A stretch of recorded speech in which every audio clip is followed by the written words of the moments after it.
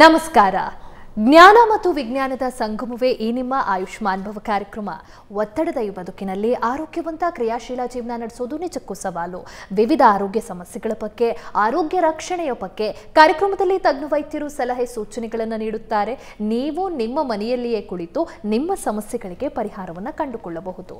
ಹುಟ್ಟಿದಾಕ್ಷಣ ಮಕ್ಕಳ ಸ್ಕಿನ್ ಬಹಳ ಡೆಲಿಕೇಟ್ ಆಗಿರುತ್ತೆ, ಬಹಳ ಸಾಫ್ಟ್ ಆಗಿರುತ್ತೆ. ಹಾಗೆ ಅಷ್ಟೇ ಡೆಲಿಕೇಟ್ ಆಗಿ ಮಕ್ಕಳನ್ನು ನೋಡ್ಕೋಬೇಕಾಗತ್ತೆ. ಈಗ ಎಷ್ಟೋ ಜನಕ್ಕೆ ಹುಟ್ಟಿದ ಮಕ್ಕಳ ಸ್ಕಿನ್ ಕೇರ್ ಬಗ್ಗೆ ಮಾಹಿತಿ ಬೇಕಾಗಿರುತ್ತೆ.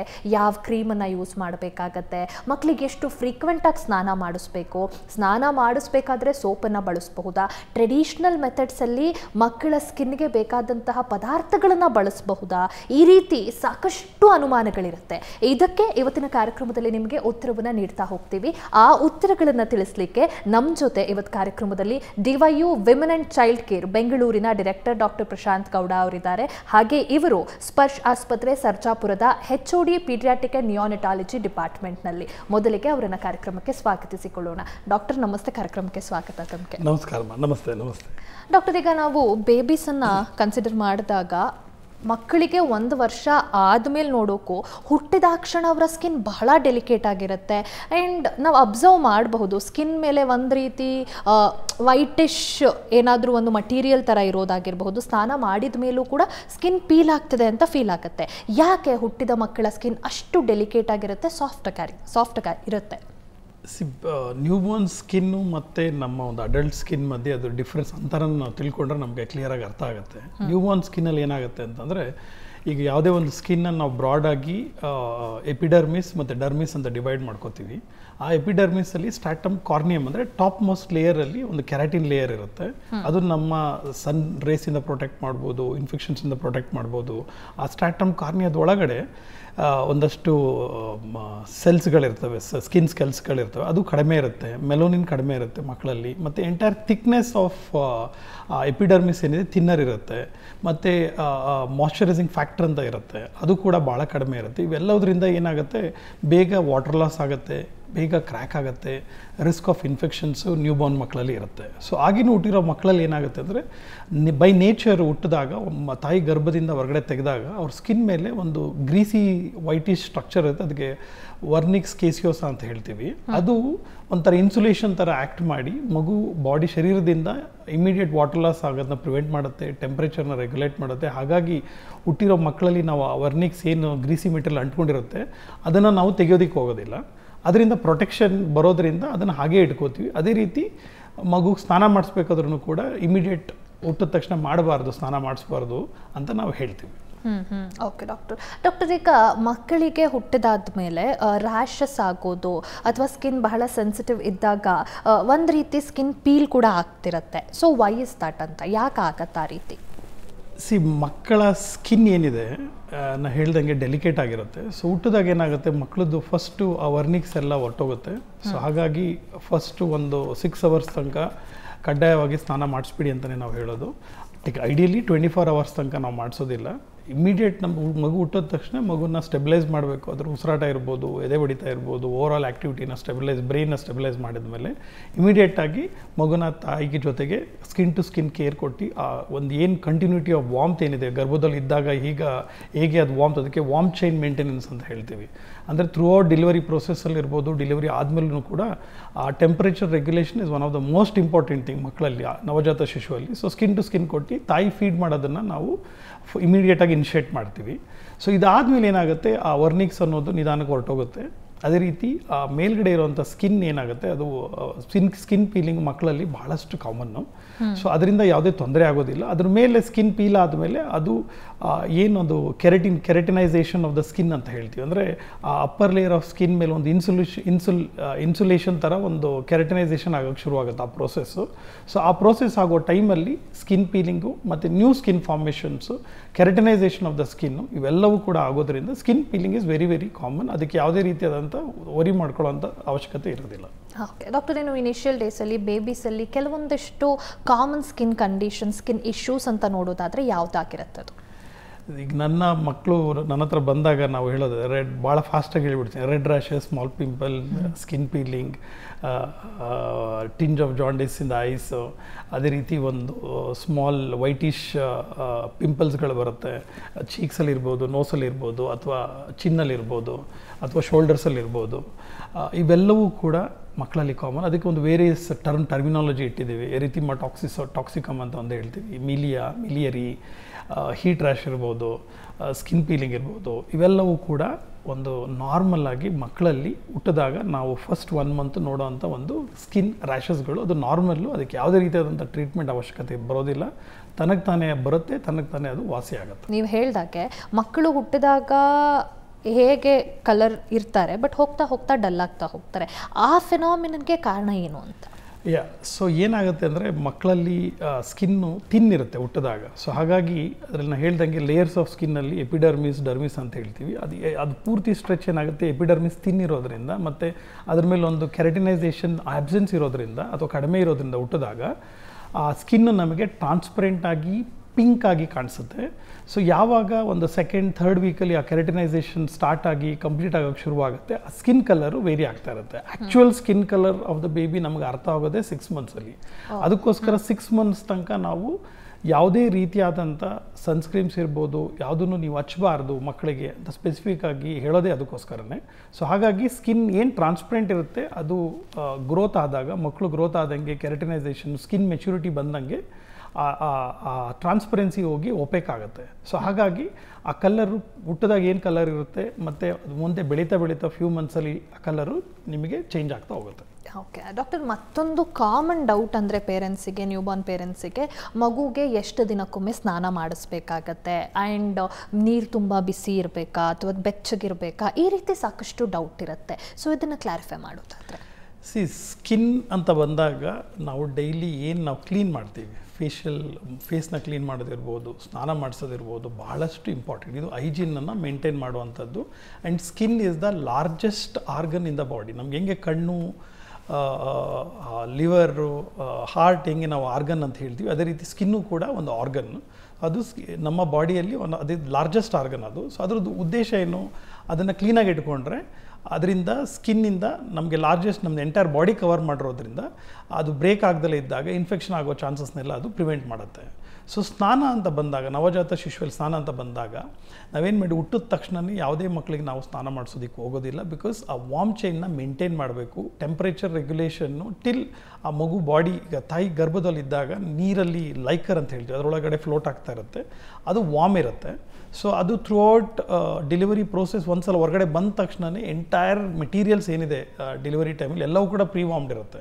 ನಾವು ರಿಸೀವ್ ಮಾಡೋವಂಥ ಒಂದು ಟವಲ್ಸ್ ಇರ್ಬೋದು, ಬ್ಲ್ಯಾಂಕೆಟ್ಸ್ ಇರ್ಬೋದು, ಕ್ಲೀನ್ ಮಾಡೋಂಥ ಬ್ಲ್ಯಾಂಕೆಟ್ಸ್ ಇರ್ಬೋದು, ಈ ವಾರ್ಮ್ತ್ ಮೇಂಟೈನ್ ಮಾಡಿದಾಗ ಸಡನ್ ಡ್ರಾಪ್ ಇನ್ ಟೆಂಪ್ರೇಚರ್ ಆದ್ರೂ ಕೂಡ ಮಕ್ಕಳಿಗೆ ಪ್ರಾಬ್ಲಮ್ ಆಗ್ತದೆ. ಸೊ ಹಾಗಾಗಿ ಟೆಂಪ್ರೇಚರ್ನ ಮೇಂಟೈನ್ ಮಾಡಬೇಕು. Second thing, most important thing ಏನಪ್ಪ ಅಂತಂತಂದರೆ,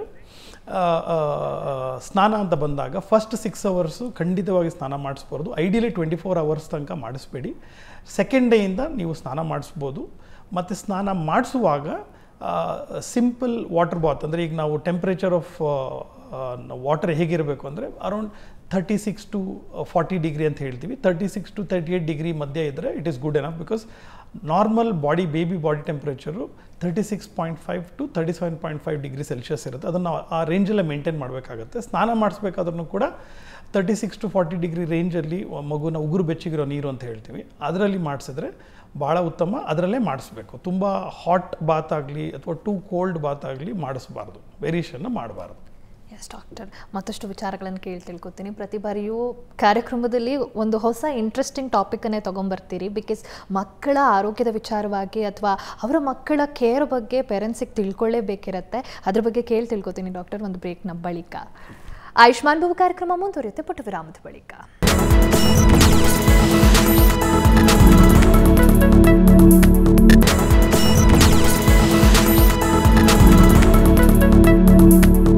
ವಿರಾಮದ ಬಳಿಕ ಆಯುಷ್ಮಾನ್ ಭವ ಕಾರ್ಯಕ್ರಮಕ್ಕೆ ಮತ್ತೊಮ್ಮೆ ಸ್ವಾಗತ.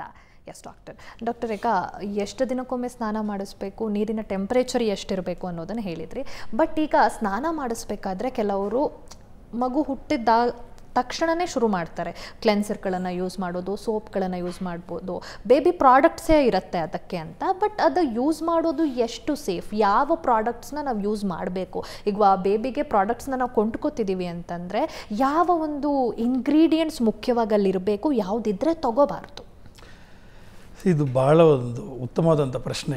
ಸೊ ಏನಾಗುತ್ತೆ, ಮಕ್ಕಳಲ್ಲಿ ಹುಟ್ಟಿದ ತಕ್ಷಣ ನಿಮಗೆ ತುಂಬ ರೇಂಜ್ ಆಫ್ ಪ್ರಾಡಕ್ಟ್ಸ್ಗಳಿರ್ತವೆ. ಸೊ ಹಾಗಾಗಿ ಅದರಲ್ಲಿ ನಾವು ನೋಡಬೇಕಾಗಿರುವಂಥದ್ದು ಫಸ್ಟ್ ಆಫ್ ಆಲು ದೇವರ ಹುಟ್ಟಿಸಿರುವಂಥ ಏನು ಒಂದು ಮಗು ಬಂದಿರುತ್ತೋ ಅದರ ಸ್ಕಿನ್ ಆಲ್ರೆಡಿ ನ್ಯಾಚುರಲ್ ಆಗಿ ಅದರ ಒಂದು ಪ್ರೊಟೆಕ್ಷನ್ನು, ಅದಕ್ಕೆ ಬೇಕಾಗುವಂಥ ಎಲ್ಲ ವಸ್ತುಗಳನ್ನ ಇಂಗ್ರೀಡಿಯೆಂಟ್ನ ಆಲ್ರೆಡಿ ಮಕ್ಕಳಲ್ಲಿ ಹುಟ್ಟಬೇಕಾದ್ರೆ ಕೊಟ್ಟು ಪ್ರೀಲೋಡಾಗಿ ಕಳಿಸ್ಬಿಟ್ಟಿರ್ತಾರೆ.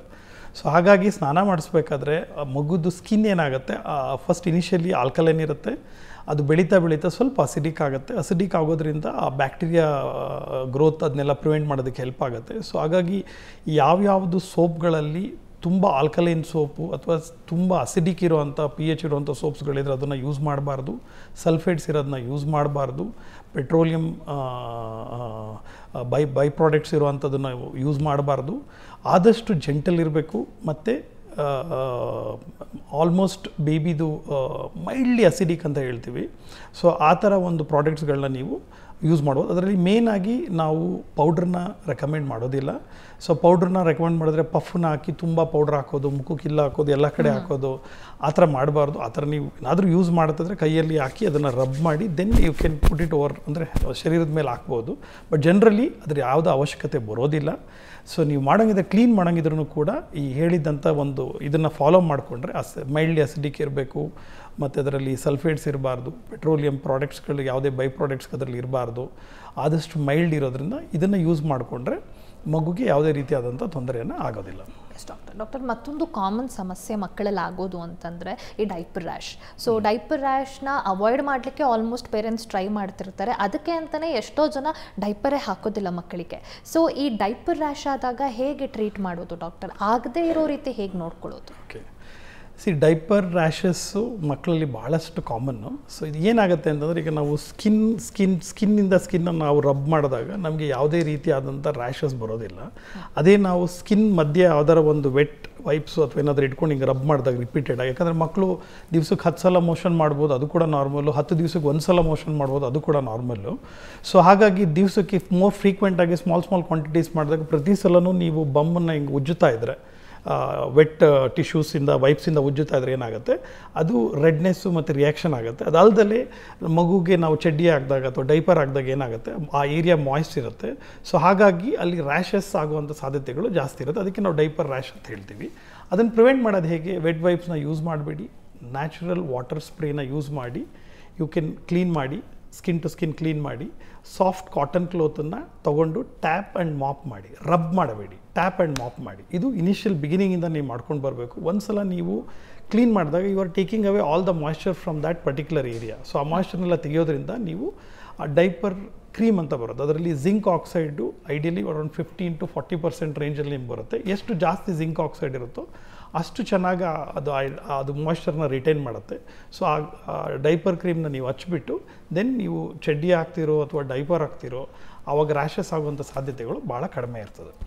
ಸೊ ಹಾಗಾಗಿ ಕ್ಲೀನ್ ಮಾಡಬೇಕಾದ್ರೆ ವೆಟ್ ವೈಪ್ಸ್ನ ಯೂಸ್ ಮಾಡಬಾರ್ದು, ವಾಟರ್ ಸ್ಪ್ರೇಯಲ್ಲಿ ಮಾಡಬೇಕು, ಟ್ಯಾಪ್ ಆ್ಯಂಡ್ ಮಾಪ್ ಮಾಡಬೇಕು. ಮಾಪ್ ಆದಮೇಲೆ ಒಂದು ಜಿಂಕ್ ಆಕ್ಸೈಡ್ ರಿಚ್ ಇರುವಂಥ ಕ್ರೀಮ್ಸ್ಗಳು, ಡೈಪರ್ ಕ್ರೀಮ್ಸ್ನ ನೀವು ಯೂಸ್ ಮಾಡಬೇಕು. ಇದರಿಂದ ಮಾಡೋದ್ರಿಂದ ಡೈಪರ್ ರ್ಯಾಶ್ ಆಗುವಂಥದ್ದು ಕಡಿಮೆ ಆಗುತ್ತೆ. ಎಸ್ ಡಾಕ್ಟರ್, ಇನ್ನೂ ಕೆಲವರು ಏನು ಮಾಡ್ತಾರೆ, ಈಗ ಮಗು ಮಲ್ಕೋಬೇಕಾದ್ರೆ ಡೈಪರ್ ಹಾಕ್ತಾರೆ ಇಡೀ ರಾತ್ರಿ.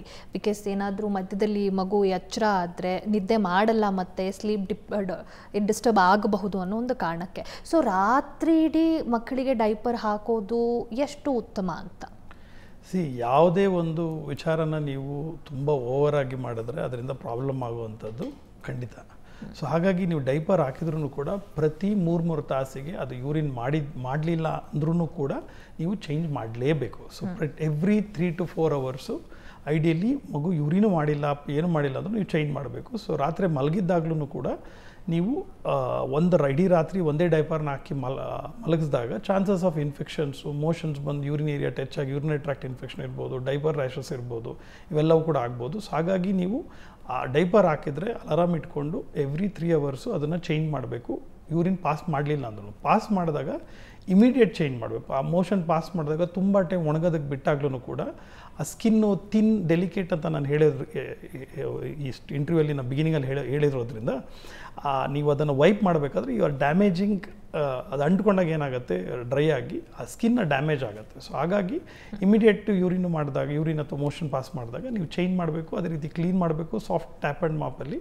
ಸೊ ಇವೆಲ್ಲವನ್ನು ಮಾಡೋದ್ರಿಂದ ಮಗು ಸ್ಕಿನ್ನ ನಾವು ಪ್ರೊಟೆಕ್ಟ್ ಮಾಡ್ಬೋದು. ಓಕೆ ಡಾಕ್ಟರ್, ಇನ್ನು ಮತ್ತೊಂದು ಸಮಸ್ಯೆ ಅಂದರೆ ಬೇಬಿ ಆ್ಯಕ್ನೇಸ್ ಕಾಮನಾಗಿ ಆಗ್ತಿರುತ್ತೆ ಬೇಬೀಸಲ್ಲಿ.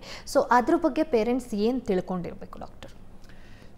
ಬೇಬಿ ಸ್ಕಿನ್ ಕಂಡೀಷನ್ಸಲ್ಲಿ ನಾವು ಜನರಲಾಗಿ ಬರುವಂಥ ಪೇಷಂಟ್ಸಿಗೆ ನಾನು ಏನು ಹೇಳ್ತೀನಿ ಅಂತಂದರೆ, ಯಾವುದೇ ರ್ಯಾಷಸ್ಸು ಅಥವಾ ಆ್ಯಕ್ನೆ ಪಿಂಪಲ್ ತಾನೇ ಬರುತ್ತೆ, ತಾನೇ ಕ್ಲಿಯರ್ ಆಗ್ತಾಯಿದೆ ಅಂತಂದರೆ ದಯವಿಟ್ಟು ಅದಕ್ಕೆ ತಲೆ ಕೆಡಿಸ್ಕೋಬೇಡಿ. ಸ್ಪೆಷಲಿ ನ್ಯೂ ಬಾರ್ನ್ ಬೇಬೀಸ್ ಹುಟ್ಟಿದಾದಮೇಲೆ. ಸೊ ಹುಟ್ಟಿದಾದಮೇಲೆ ನಿಮ್ಮ ಫೋಕಸ್ಸು ಹಾಲು ಕುಡಿಸೋದ್ರ ಮೇಲೆ ಇರಬೇಕು, ಬ್ರೆಸ್ಟ್ ಫೀಡಿಂಗ್ನ ಆದಷ್ಟು ಮ್ಯಾಕ್ಸಿಮಮ್ ಕೊಡೋದ್ರ ಮೇಲೆ ಇರಬೇಕು, ಮಗುದು ವೆಯ್ಟ್ ಗೇನ್ ಬಗ್ಗೆ ಇರಬೇಕು, ಮಗುದು ಓವರಾಲ್ ಡೆವಲಪ್ಮೆಂಟ್ ಬಗ್ಗೆ ನಿಮ್ಮನ್ನ ಗಮನ ಇರಬೇಕು. ಯಾವುದೇ ರ್ಯಾಷಸ್ಸು ತಾನೇ ಬರುತ್ತೆ, ತಾನೇ ಬರ್ತಾ ಇದೆ ಅಂತಂದರೆ ತಲೆ ಕೆಡಿಸ್ಕೋಬೇಡಿ.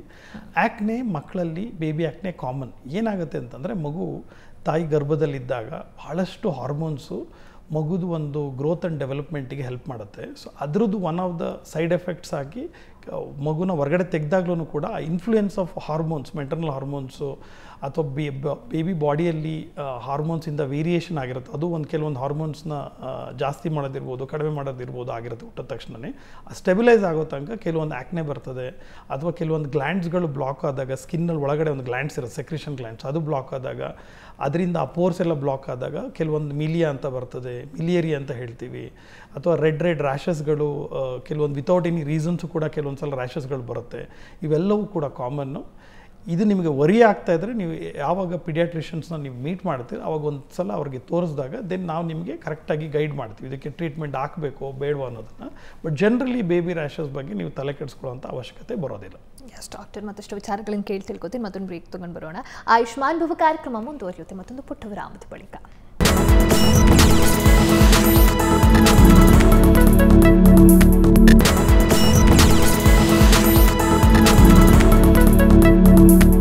ವಿರಾಮದ ಬಳಿಕ ಆಯುಷ್ಮಾನ್ ಭವ ಕಾರ್ಯಕ್ರಮಕ್ಕೆ ಮತ್ತೊಮ್ಮೆ ಸ್ವಾಗತ. ಡಾಕ್ಟರ್, ಈಗ ಬೇಬೀಸ್ಗೆ ಈ ಆಯಿಲ್ಸ್ನ ಟ್ರೆಡಿಷ್ನಲ್ ಮೆಥಡಲ್ಲಿ ಆಯಿಲ್ಸ್ ಯೂಸ್ ಮಾಡೋದು ಸ್ವಲ್ಪ ಕಾಮನ್. ಅದು ನಮ್ಮ ಇಂಡಿಯಾದಲ್ಲಿ, ಭಾರತದಲ್ಲಿ especially it's quite common. So ಎಣ್ಣೆಗಳನ್ನು ಬಳಸೋದು ಎಷ್ಟು ಉತ್ತಮ ಅಂತ, ಫ್ರೀಕ್ವೆಂಟಾಗಿ ಏನಾದರೂ ಮಕ್ಕಳಿಗೆ ಮಸಾಜ್ ಬೇಕಾಗಿರುತ್ತಾ? ಯಾವ ಆಯಿಲನ್ನು ಯೂಸ್ ಮಾಡಿದ್ರೆ ಬೆಟರ್? ಮಸಾಜ್ ಅಂತೂ ಖಂಡಿತವಾಗಿ ಬೇಕೇ ಬೇಕು. ಅದು ನಮ್ಮ ಏಜ್ ಓಲ್ಡ್ ಟ್ರೆಡಿಷ್ನಲ್ ಪ್ರಾಕ್ಟೀಸು. ಅದ್ರ ಬಗ್ಗೆ ಸಾಕಷ್ಟು ಸ್ಟಡೀಸ್ಗಳು ಆಗಿದ್ದಾವೆ, ಸಾಕಷ್ಟು ಎವಿಡೆನ್ಸು ಇದ್ದಾವೆ. ಮಕ್ಕಳಿಗೆ ಮಸಾಜ್ ಮಾಡಿದಾಗ ಅವ್ರದ್ದು ಸೆನ್ಸರಿ ಡೆವಲಪ್ಮೆಂಟು ಚೆನ್ನಾಗಾಗುತ್ತೆ, ಸೂದ್ನಿಂಗ್ ಇರುತ್ತೆ, ಮಕ್ಕಳಿಗೆ ಆದಷ್ಟು ಅಳೋದು ಕಡಿಮೆ ಆಗುತ್ತೆ, ಮತ್ತು ನಿದ್ದೆ ಚೆನ್ನಾಗಿ ಮಾಡ್ತಾರೆ, ಡೈಜೆಷನ್ ಚೆನ್ನಾಗಿ ಹೆಲ್ಪ್ ಆಗುತ್ತೆ. ಇವೆಲ್ಲವೂ ಕೂಡ ಅಡ್ವಾಂಟೇಜ್ ಮಸಾಜಿಂದ ಇದೆ. ಸೊ ಹಾಗಾಗಿ ಮಸಾಜ್ ಮಾಡುವಂಥದ್ದು ಅತ್ಯವಶ್ಯಕ. ದಯವಿಟ್ಟು ಮಸಾಜ್ ಮಾಡಿ. ನೆಕ್ಸ್ಟ್ ಕ್ವಶನ್ ಬರೋವಂಥದ್ದು, ಯಾವ ಆಯಿಲ್ನ ಯೂಸ್ ಮಾಡಿದ್ರೆ ಮಕ್ಕಳಿಗೆ ಉತ್ತಮ ಅಂತ. ಸೊ ಭಾಳಷ್ಟು ಆಯಿಲ್ಸ್ಗಳಿರ್ತವೆ. The best and one of the most commonly used ಅಂತಂದರೆ ನಿಮಗೆ ಕೋಕೋನಟ್ ಆಯಿಲ್. ಕೋಕೋನಟ್ ಆಯಿಲ್ ಇರುವಂಥ ಗುಣಗಳು ಭಾಳಷ್ಟಿದ್ದಾವೆ. ಸೊ ಹಾಗಾಗಿ ಅದನ್ನು ನೀವು ಸ್ಕಿನ್ ಮೇಲೆ ಹಾಕಿದಾಗ ಅದು ಚೆನ್ನಾಗಿ ಅಬ್ಸಾರ್ಬ್ ಆಗುತ್ತೆ, ಗ್ರೀಸಿ ಇರೋದಿಲ್ಲ. ನಿಮಗೆ ಮಸಾಜ್ ಮಾಡಬೇಕಾದ್ರೆ ಸ್ಮೂತಾಗಿ ಹ್ಯಾಂಡ್ ಗ್ಲೈಡ್ ಆಗುತ್ತೆ, ಯಾವುದೇ ರ್ಯಾಷಸ್ ಆಗಲಿ ಅಲರ್ಜಿ ಆಗಲಿ ಆಗೋದಿಲ್ಲ. Compressed oil, cold compress oil, coconut oil ಅಥವಾ ವರ್ಜಿನ್ ಆರ್ಗ್ಯಾನಿಕ್ ಕೋಕೋನಟ್ ಆಯಿಲ್ ಬರ್ತದೆ. ಅಥವಾ ಫ್ರೆಶ್ಲಿ ನೀವು ಕೋಕೋನಟ್ನ ಗ್ರೈಂಡ್ ಮಾಡಿ ಆಯಿಲ್ನ ಪ್ರಿಪೇರ್ ಮಾಡಿ ವಿತೌಟ್ ಪ್ರಿಸರ್ವೇಟಿವ್ಸ್, ಅದು ನಿಮಗೆ ಸಿಕ್ಕಿದ್ರೆ ಅದು ಕೂಡ ಭಾಳಷ್ಟು ಉತ್ತಮ. ಅದಲ್ಲದೆ ನಿಮಗೆ ಆಲ್ಮಂಡ್ ಆಯಿಲ್ನ ಯೂಸ್ ಮಾಡ್ಬೋದು. ಅದಲ್ಲದೆ ನೀವು ಆಲಿವ್ ಆಯಿಲ್ನ ಕೂಡ ಯೂಸ್ ಮಾಡ್ಬೋದು. ಇವೆಲ್ಲ ಮಗುಗೆ ಯಾವ್ದು ಅಡ್ಜಸ್ಟ್ ಆಗುತ್ತೆ. ಯಾಕಂದರೆ ಒಂದು ಆಯಿಲು ಪ್ರಪಂಚದಲ್ಲಿರೋ ಎಲ್ಲರಿಗೂ ಅಡ್ಜಸ್ಟ್ ಆಗಬೇಕು ಅಂಥದ್ದು ಏನು ಬರೋದಿಲ್ಲ. ಕೆಲವೊಂದು ಸಲ ಏನಾಗುತ್ತೆ, ಕೆಲವೊಂದು ಆಯಿಲ್, ಈಗ ಕೋಕೋನಟ್ ಆಯಿಲ್ ಕೆಲವ್ರಿಗೆ ಅಡ್ಜಸ್ಟ್ ಆಗುತ್ತೆ, ಕೆಲವ್ರಿಗೆ ಅದಕ್ಕೆ ಆಲ್ಮಂಡ್ ಆಯಿಲ್ ಚೆನ್ನಾಗಿ ಅಡ್ಜಸ್ಟ್ ಆಗುತ್ತೆ. ಸೊ ಇದ್ರಲ್ಲಿ ಒನ್ ಆಫ್ ದ ಆಯಿಲ್ಸ್ನ ನೀವು ಚೂಸ್ ಮಾಡ್ಬೋದು. ಈ 3 ಆಯಿಲ್ಸಲ್ಲಿ ಯಾವ್ದಾದ್ರು. ಕೆಲವು ಟೈಮ್ ಕಾಂಬಿನೇಷನ್ಸ್ ಆಫ್ ಆಯಿಲ್ಸ್ ಕೊಡ್ತಾರೆ, ಕೆಲವೊಂದು ಬ್ರ್ಯಾಂಡ್ಸ್ಗಳು ತೊಗೊಂಬರ್ತಾರೆ, ಇದ್ದಿದ್ದು ಅರ್ಬ್ಸು ಗಿರ್ಬ್ಸ್ ಎಲ್ಲ ಹಾಕಿ. ಅದರಲ್ಲಿ ಅದರಿಂದ ಯಾವುದರಿಂದ ಏನು ಆಗುತ್ತೆ ಅನ್ನೋ ಒಂದು ಯಾವುದೇ ಸ್ಟಡೀಸ್ ಆಗಲಿ ಅಥವಾ ಎವಿಡೆನ್ಸ್ ಆಗಲಿ ಇಲ್ದಲ್ಲ ಇರೋದ್ರಿಂದ ಅದನ್ನು ನಾವು ಮಿಕ್ಸ್ ಆಫ್ ಮಲ್ಟಿಪಲ್ ಆಯಿಲ್ಸ್ನ ನಾವು ರೆಕಮೆಂಡನ್ನು ಮಾಡೋದಿಲ್ಲ. ಎಸ್ ಡಾಕ್ಟರ್ ಈಗ ಕ್ರಾಡಲ್ ಕ್ಯಾಪ್ ಅಂತ ಹೇಳ್ತಾರೆ, ವಾಟ್ ಇಸ್ ಇಟ್, ಹಾಗೆ ಅದನ್ನು ಹೇಗೆ ಮ್ಯಾನೇಜ್ ಮಾಡೋದು? ಕ್ರೇಡಲ್ ಕ್ಯಾಪ್ ಅಂತಂದರೆ ಈಗ ನಮಗೆ ಒ ಪಿ ಡಿಯಲ್ಲಿ ಮಗುನ ಕರ್ಕೊಂಡು ಬರ್ತಾರೆ. ನನ್ನ ಮಗು ತಲೆಯಲ್ಲಿ ಆದಷ್ಟು ಗೋಲ್ಡನ್ ಗ್ರೀಸಿ ಸ್ಟಿಕ್ಕಿ ಇದು ಅಂಟ್ಕೊಂಡಿರುತ್ತೆ, ನಮ್ಮ ಕೂದಲಲ್ಲಿ ಅಂಟ್ಕೊಂಡಿದೆ. ಇಲ್ಲಿ ಕೆಲವೊಂದು ಮಕ್ಳಿಗೆ ಸ್ವಲ್ಪ ಜಾಸ್ತಿ ಇರುತ್ತೆ, ಫ್ರಂಟಲ್ಲಿರುತ್ತೆ, ಕೆಲವು ಮಕ್ಳಿಗೆ ಹುಬ್ಬಲ್ಲಿರುತ್ತೆ, ಕೆಲವು ಮಕ್ಕಳಿಗೆ ಇಯರ್ಸಲ್ಲಿರುತ್ತೆ, ಬ್ಯಾಕ್ ಆಫ್ ದ ಇಯರ್ ಇರುತ್ತೆ, ಕೆಲವು ಮಕ್ಕಳಿಗೆ ಇಲ್ಲಿ ಬರುತ್ತೆ, ಅರೌಂಡ್ ದ ನೋಸ್ ಬರುತ್ತೆ. ಇವೆಲ್ಲವೂ ಕೂಡ ಏನಪ್ಪ ಅಂತಂದರೆ ಅಲ್ಲಿ ಸ್ಕಿನ್ ಒಳಗಡೆ ಒಂದು ಸೆಬೇಷಿಯಸ್ ಗ್ಲ್ಯಾಂಡ್ ಅಂತ ಇರುತ್ತೆ, ಅದರಿಂದ ಹೈಪರ್ ಸೆಕ್ರೇಷನ್ ಆಗಿ ಆ ಫ್ಲೂಯಿಡ್ಸ್ ಹೈಪರ್ ಸೆಕ್ರೇಷನ್ ಆಗಿ ಅದು ಹೊರಗಡೆ ಬಂದು ಬ್ಲಾಕ್ ಮಾಡುತ್ತೆ. ಸೊ ಈ ಒಂದು ಏನು ಕ್ರೇಡಲ್ ಕ್ಯಾಪ್ ಅಥವಾ ಸೆಬೋರಿಕ್ ಡರ್ಮಟೈಟಿಸ್ ಅಂತ ನಾವು ಏನು ಹೇಳ್ತೀವಿ, ಇದು ಯೂಶ್ವಲಿ ಜನರಲಿ ಬೈ 6 months ಅದು ಕಡಿಮೆ ಆಗುತ್ತೆ, by 1 year most of the babies ಅದು ಡಿಸಪಿಯರ್ ಆಗುತ್ತೆ. ಸೊ ತುಂಬ ಜಾಸ್ತಿ ಆದಾಗ ನಾವೇನು ಮಾಡ್ತೀವಿ ಅಂತಂದರೆ, ನೀವು ಆಯಿಲನ್ನು ಮಾಡಿದಾಗ ಒಂದು ಸಾಫ್ಟ್ ಬ್ರಿಸ್ಟಲ್ ಟೂತ್ ಬ್ರಷ್ನ ತೊಗೊಂಡು ಅದನ್ನು ಯಾವುದೇ ಅದು ಹೊರಗಡೆ ಬರುತ್ತೆ ಅದನ್ನು ನೀವು ಸ್ಕ್ರೇಪ್ ಮಾಡ್ಬೋದು. ಅದಾಗಿ ನೀವು ಶ್ಯಾಂಪು, ಮೈಲ್ಡ್ ಫಾರ್ಮ್ ಆಫ್ ಶ್ಯಾಂಪೂನ ಯೂಸ್ ಮಾಡಿ ನೀವು ಕ್ಲೀನ್ ಮಾಡ್ಬೋದು, ಅದು ಕೂಡ ಹೆಲ್ಪ್ ಮಾಡುತ್ತೆ. ಸ್ಕಿನ್ ಓಪನ್ ಆಗಿ ಅಲ್ಲಿ ಇನ್ಫೆಕ್ಷನ್ ಇದ್ದಾಗ ಅದಕ್ಕೆ ಆ್ಯಂಟಿಬಯೋಟಿಕ್ ಕ್ರೀಮ್ ಹಚ್ಚೋದಾಗ ಹೆಲ್ಪ್ ಆಗುತ್ತೆ. ಆವಾಗ ನೀವು ನಿಮ್ಮ ಪೀಡಿಯಾಟ್ರಿಷಿಯನ್ ಒಪಿನಿಯನ್ನ ತೊಗೊಂಡಾಗ ಅದು ಇನ್ಫೆಕ್ಟ್ ಇದೆಯೋ ಇಲ್ವಾ ಅಂತ ನೋಡ್ತೀವಿ. ಜನರಲಿ ಅದು ಬಿಟ್ಟರೆ ಬೇರೆ ಎಕ್ಸ್ಟ್ರಾರ್ಡಿನರಿ ಟ್ರೀಟ್ಮೆಂಟು ಕ್ರೇಡಲ್ ಕ್ಯಾಪಿಗೆ ಅವಶ್ಯಕತೆ ಬರೋದಿಲ್ಲ, ಅದು ಕೂಡ 6 months ಆದಮೇಲೆ ಡಿಸಪೇರ್ ಆಗುವಂಥದ್ದೇ. ಸೊ ಹಾಗಾಗಿ ನೀವು ತಲೆ ಕೆಡಿಸ್ಕೊಳ್ಳೋಂಥ ಅವಶ್ಯಕತೆ ಇಲ್ಲ. ತುಂಬ ಜಾಸ್ತಿ ಇದ್ದರೆ ಪೀಡಿಯಾಟ್ರಿಷಿಯನ್ ಅಥವಾ ಡರ್ಮಟಾಲಜಿಸ್ಟ್ನ ಮೀಟ್ ಮಾಡಿದ್ರೆ ನಿಮಗೆ ಕರೆಕ್ಟಾಗಿ ನಾವು ಗೈಡ್ ಮಾಡ್ತೀವಿ ಇದಕ್ಕೆ ಯಾವ ರೀತಿ ಹ್ಯಾಂಡಲ್ ಮಾಡಬೇಕು ಅಂತ. ಎಸ್ ಡಾಕ್ಟರ್ ಇನ್ನು ಮಕ್ಕಳಲ್ಲಿ ಬರ್ತ್ ಮಾರ್ಕ್ ನೋಡ್ತೀವಿ, ಅದು ಕೆಲವು ಮಕ್ಕಳಿಗೆ ನಾರ್ಮಲ್ ಆಗಿರುತ್ತೆ, ಇನ್ನು ಕೆಲವು ಮಕ್ಕಳಿಗೆ ಅದೇನಾದರೂ ಹಾರ್ಮ್ಫುಲ್ಲ ಅಂತ ತಿಳ್ಕೊಳ್ಳೋದು ಬೇಕಾಗತ್ತೆ. ಸೊ ಆ ಬರ್ತ್ ಮಾರ್ಕಿಗೆ ಅಟೆನ್ಷನ್ ಬೇಕು ಅಂತ ಹೇಗೆ ತಿಳ್ಕೊಳ್ಳೋದು? ಬರ್ತ್ ಮಾರ್ಕ್ಸಲ್ಲಿ ಮೋಸ್ಟ್ ಕಾಮನ್ ಎಲ್ಲ ನಮಗೆ ಬರೋದು ಕೇಳೋದು, ಈಗ ವಿಟಲಿಗೋ ಅಥವಾ ತನ್ನು ಅಂತ ಹೇಳ್ತೀವಿ, ಆ ಥರ ವೈಟ್ ಪ್ಯಾಚ್ ಇದ್ದ ತಕ್ಷಣ ಎಲ್ಲರೂ ಗಾಬರಿ ಆಗಿಬಿಡ್ತಾರೆ. ವೈಟ್ ಮೋಲು ಇರ್ಬೋದು. ಸೊ ಹಾಗಾಗಿ ನಿಮಗೆ ಯಾವುದೇ ರೀತಿಯಾದಂಥ ಒಂದು ಸ್ಕಿನ್ನಲ್ಲಿ ಒಂದು ಮಾರ್ಕನ್ನು ನೀವು ನೋಡಿದಾಗ ಅದನ್ನು ನಮಗೆ ನಾವು ಜನರಲಿ ಬರ್ತಲ್ಲಿ ಒಂದಷ್ಟು ಜನರಲ್ ಎಕ್ಸಾಮಿನೇಷನ್ ಮಾಡಿದಾಗ ಪಿಕಪ್ ಮಾಡಿ ನಾವು ನೋಡ್ತೀವಿ. ಕೆಲವೊಂದು ಬರ್ತ್ ಮಾರ್ಕ್ಸ್ಗಳು ಅಪ್ ಟು 1 year ತನಕ ಇರುತ್ತೆ, ಆಮೇಲೆ ಡಿಸಪಿಯರ್ ಆಗುತ್ತೆ. ಲೈಕ್ ಹೆಮ್ಯಾಂಜಿಯೋಮಾಸ್ ಇರ್ಬೋದು ಅಥವಾ ಪೋರ್ಟ್ ವೈನ್ಸ್ಟೈನ್ ಅಂತ ಕೆಲವೊಂದು, ಅದು ಲಾಂಗ್ ಟರ್ಮಲ್ಲಿ ಹಣೆ ಮೇಲೆ ಒಂದು ಡಾರ್ಕ್ ಪೋರ್ಟ್ ವೈನ್ ಥರ ಒಂದು ಸ್ಟೇನ್ ಆಗ್ಬೋದು, ಅಥವಾ ರ್ಯಾಷಸ್ ಕೂಡ ಆಗ್ಬೋದು. ಸೊ ಹಾಗಾಗಿ ಕೆಲವೊಂದು ಮಾರ್ಕ್ಸ್ಗಳು ಯಾವುದೇ ಒಂದು ಮಾರ್ಕು ಸೈಜಲ್ಲಿ ದೊಡ್ಡದಾಗ್ತಾ ಇದೆ, ಅದರಿಂದ ಬ್ಲೀಡಿಂಗ್ ಆಗ್ತಾ ಇದೆ, ಕಲರ್ ಚೇಂಜ್ ಆಗ್ತಾ ಇದೆ, ಶೇಪ್ ಚೇಂಜ್ ಆಗ್ತಾ ಇದೆ, ಗ್ರೋತ್ ಆಗ್ತಾ ಇದೆ ಅಂತ ಯಾವುದೇ ಬಂದರೂ ಕೂಡ ಅದ್ರ ಬಗ್ಗೆ ಭಾಳಷ್ಟು ಗಮನ ಕೊಡಬೇಕು. ಮತ್ತು ರೆಸ್ಪೆಕ್ಟಿವ್ ಪೀಡಿಯಾಟ್ರಿಷಿಯನ್ ಅಥವಾ ಡರ್ಮಟೋಲಜಿಸ್ಟ್ ಒಪಿನಿಯನ್ನ ನೀವು ತಗೊಳ್ಳಬೇಕಾಗತ್ತೆ. ಕೆಲವೊಂದು ಬರ್ತ್ ಮಾರ್ಕಿಗೆ ಅದರ ಅವಶ್ಯಕತೆ ಬರೋದಿಲ್ಲ. ಡಾಕ್ಟರ್ ಇನ್ನು ಕೊನೆಯದಾಗಿ ನಿಮ್ಮ ಅಡ್ವೈಸ್ ಏನಿದೆ ಡಾಕ್ಟರ್? ಈಗ ನ್ಯೂ ಬಾರ್ನ್ ಪೇರೆಂಟ್ಸ್ ಇರ್ತಾರೆ, ಅವ್ರಿಗೆ ಬೇಕಾಗಿರೋದೇ ಮಕ್ಕಳ ಪಾಲನೆ ಪೋಷಣೆ ಬಗ್ಗೆ ಮಾಹಿತಿ. ಸೊ ಇದ್ರ ಬಗ್ಗೆ ನೀವೇನು ಅಡ್ವೈಸ್ ನೀಡ್ತೀರಿ? ಮೊದಲ 6 months ಯಾವುದೇ ರೀತಿಯಾದಂಥ ಸನ್ಸ್ಕ್ರೀಮ್ನ ಹಾಕಬೇಡಿ. ನೀವು ಮಗುವನ್ನು ಹೊರಗಡೆ ಕರ್ಕೊಂಡು ಹೋಗಬೇಕಾದ್ರೆ ಹ್ಯಾಟನ್ನು ಹಾಕಿ ನೀಟಾಗಿ ಕವರ್ ಮಾಡಿ ಆದಷ್ಟು ಮಗುನ ಸನ್ನಿಂದ ಪ್ರೊಟೆಕ್ಟ್ ಮಾಡಿ. 6 months ಆದಮೇಲೆ ನೀವು ಒಂದಷ್ಟು ಕ್ರೀಮ್ಸ್ನ ಯೂಸ್ ಮಾಡೋಂಗಿದ್ರೆ ಮಾಡ್ಬೋದು. ಬಟ್ ಜನರಲ್ ಆಗಿ ಏನಪ್ಪ ಅಂತಂದರೆ, ನೀವು ಕರೆಕ್ಟಾಗಿ ನೀವು ಸ್ನಾನ ಮಾಡಿಸೋ ರೀತಿ ಇರ್ಬೋದು, ಮಸಾಜ್ ಮಾಡೋ ರೀತಿ ಇರ್ಬೋದು, ಆಯಿಲ್ ಕೊಡೋಂಥ ರೀತಿ ಇರ್ಬೋದು, ಮತ್ತು ನೀವು ತಾಯಿ ತಿನ್ನುವಂಥ ಆಹಾರ ಇರ್ಬೋದು, ಯಾವುದರ ಒಂದು ಅಲರ್ಜಿಕ್ ಇತ್ತು ಮಕ್ಕಳಲ್ಲಿ ಅಂತ ಅದನ್ನು ಬೇಗ ಪಿಕ್ ಮಾಡಿದ್ರೆ, ಇವೆಲ್ಲವನ್ನು ಶುದ್ಧವಾದ ಆಹಾರ, ಶುದ್ಧವಾದ ನೀರು ಮತ್ತು ಶುದ್ಧವಾಗಿ ನಮ್ಮ ಶರೀರನ ಇಟ್ಕೊಂಡಾಗ ಅಥವಾ ಮಗು ಶರೀರನ ನಾವು ಇಟ್ಕೊಂಡಾಗ ಆ ಸ್ಕಿನ್ನನ್ನು ಪ್ರೊಟೆಕ್ಟ್ ಮಾಡೋದಕ್ಕೆ ಹೆಲ್ಪ್ ಆಗುತ್ತೆ. Skin is the largest and the most beautiful organ. ಅದು ನಮಗೆ ವಿಸಿಬಲ್ ಇರುತ್ತೆ. ಈಗ ನಾವು ಲಿವರ್ನ ನೋಡಿದ್ರೆ ನಮಗೆ ಭಯ ಆಗುತ್ತೆ, ಬಟ್ ಸ್ಕಿನ್ನ ನೋಡಿದ್ರೆ ಒಂದಷ್ಟು ಖುಷಿ ಆಗುತ್ತೆ. ಅದು ಯಾವುದೇ ಕಲರ್ ಇರಲಿ ಒಂದಷ್ಟು ಸಂತೋಷ ಆಗುತ್ತೆ. ಒಂದು ಮನುಷ್ಯನಿಗೆ ಆಕಾರ ಬರುವಂಥದ್ದೇ ಈ ಸ್ಕಿನ್ನಿಂದ.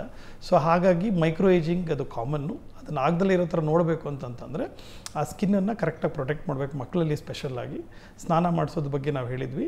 ಅದೇ ರೀತಿ ಸನ್ಸ್ಕ್ರೀಮ್ಸ್ಗಳನ್ನೆಲ್ಲ ಯೂಸ್ ಮಾಡಬಾರ್ದು ಫಸ್ಟ್ 6 months. ಒಳ್ಳೆ ಕ್ಲೋತನ್ನು ಪ್ರೊಟೆಕ್ಟ್ ಮಾಡಬೇಕು. 100% ಕಾಟನ್ನ ಯೂಸ್ ಮಾಡಿ, ಉಲ್ಲನ್ ಕ್ಲೋತು, ಪಾಲಿಸ್ಟರ್ ಬಟ್ಟೆಗಳನ್ನೆಲ್ಲ ಹಾಕಬೇಡಿ ಮಕ್ಕಳಿಗೆ. ಮತ್ತು ಏನಾದರೂ ತುಂಬ ರ್ಯಾಷಸ್ ಬಂದರೆ ಮನೇಲೇ ನೀವು ಯಾವುದೇ ಒಂದು ಟ್ರೀಟ್ಮೆಂಟ್ ಹಾಕಿ ಅದನ್ನು ದೊಡ್ಡದು ಮಾಡ್ಕೊಳಕ್ಕೆ ಹೋಗಬೇಡಿ. ಆದಷ್ಟು ಒಪಿನಿಯನ್ನ ತಗೊಳ್ಳಿ. ಸ್ಕಿನ್ನನ್ನು ಅರ್ಲಿಯರೇ ನಾವು ನೋಡಿ ಟ್ರೀಟ್ ಮಾಡಿದ್ರೆ ಅದು ಡ್ಯಾಮೇಜ್ ಆಗುವಂಥದ್ದು ನಾವು ಪ್ರಿವೆಂಟ್ ಮಾಡ್ಬೋದು. ಹಾಗಾಗಿ hydration is also very important. Correct. Okay doctor, thank you so much. ಈ ಮಕ್ಕಳ ಸ್ಕಿನ್ ಕೇರ್ ವಿಚಾರವಾಗಿ, ಅದರಲ್ಲೂ ನ್ಯೂ ಬಾರ್ನ್ ಸ್ಕಿನ್ ಕೇರ್ ಬಗ್ಗೆ ಇವತ್ತಿನ ಕಾರ್ಯಕ್ರಮದಲ್ಲಿ ತಿಳಿಸ್ಕೊಟ್ರಿ. Thank you so much for joining us today. Thank you. ನಮಸ್ಕಾರ. ನೋಡಿದ್ರಲ್ಲ ವೀಕ್ಷಕರೇ, ಇದಾಗಿತ್ತು ಈ ಹೊತ್ತಿನ ವಿಶೇಷ. ನೇರ ದಿಟ್ಟ ನಿರಂತರ ಸುದ್ದಿಗಾಗಿ ನೋಡ್ತಾ ಇರಿ ಏಷ್ಯಾನೆಟ್ ಸುವರ್ಣ ನ್ಯೂಸ್.